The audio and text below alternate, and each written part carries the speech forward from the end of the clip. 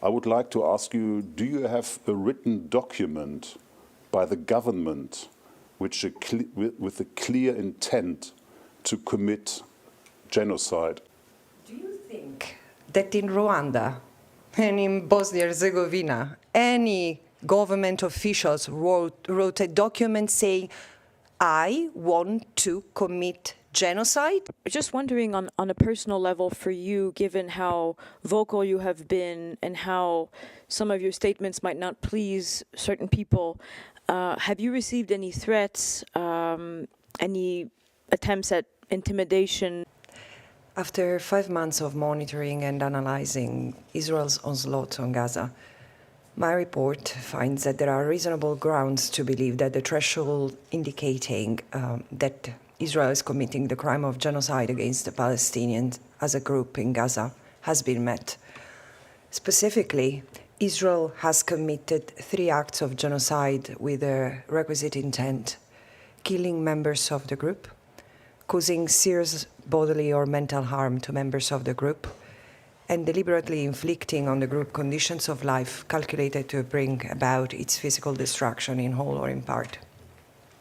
The flagrant and systematic slaughter of Palestinian civilians, the deployment of unlawful weaponry, the utter obliteration of vital civilian infrastructure, including the deliberate targeting of all Gaza's hospitals, and the man-made starvation of the Palestinian people transcend the realm of war crimes and crimes against humanity that had been seen in the occupied Palestinian territory before.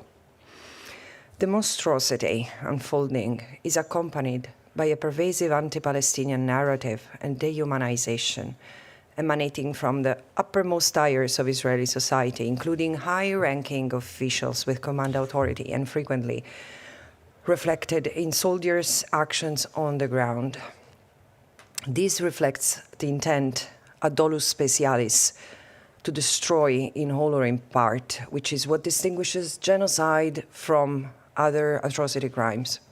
In the case of Gaza, there exists a chilling clarity of this purpose: the systematic eradication of an entire people, or at least a significant part thereof. One of the key findings is that Israel's executive and military leadership and soldiers have intentionally distorted, using bellow principles, subverted their protection functions in an attempt to legitimize genocidal violence against the Palestinian people. The only reasonable inference that can be drawn from the unveiling of this policy is an Israeli state policy of genocidal violence toward the Palestinian people in Gaza. I will now be happy to take your questions. Thank you, Ms. Albanese. We'll first take questions from the room. Reuters, please. Madam Special Rapporteur, thank you. Just wondering on a personal level for you, given how vocal you have been and how some of your statements might not please certain people, have you received any threats, any attempts at intimidation while working on this report? Thank you.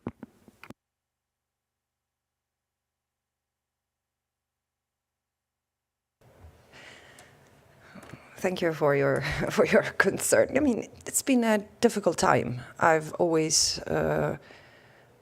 I've been attacked since the very beginning of my mandate. I don't say that it's been a pleasant journey, but I can tell you it's much more. I mean, most of the pain comes from where I have to observe and monitor and investigate day by day.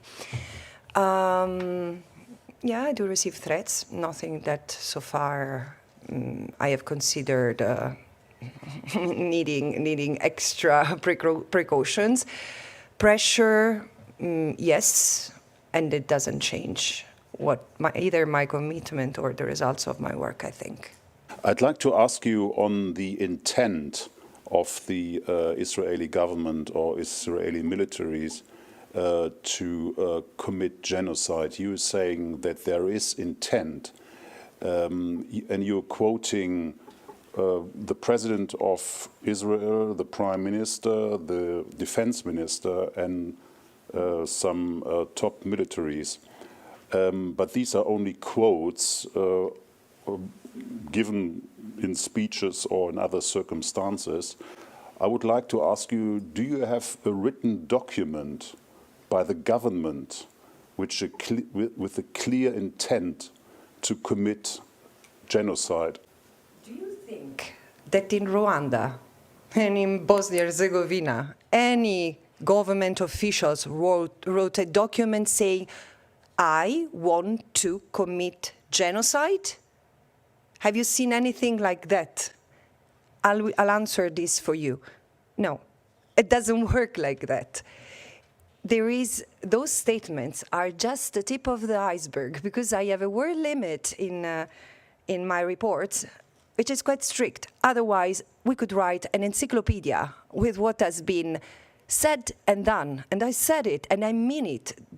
If the International Criminal Court is serious about investigating what Israel has done in Gaza, as of the 7th of October, only as of the 7th of October, it will be busy for decades.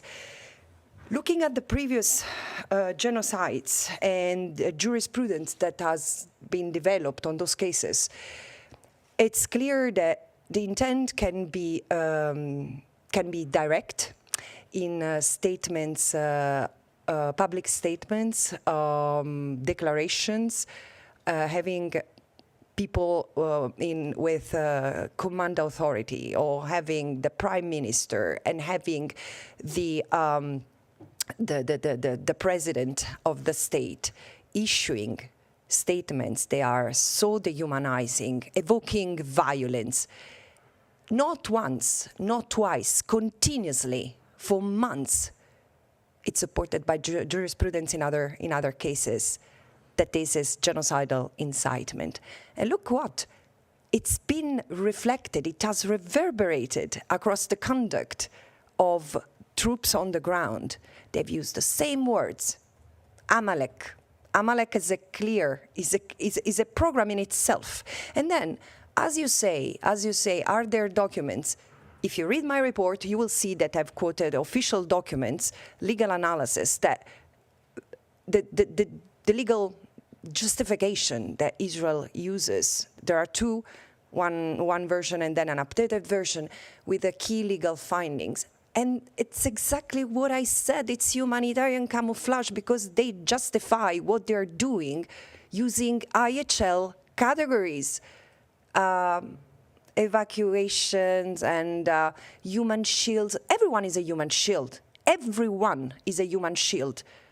Women, children, anything that is between the troops and whatever is their objective. And by the way, the overall objective, eradicating Hamas, destroying Hamas, which is not even a real military objective.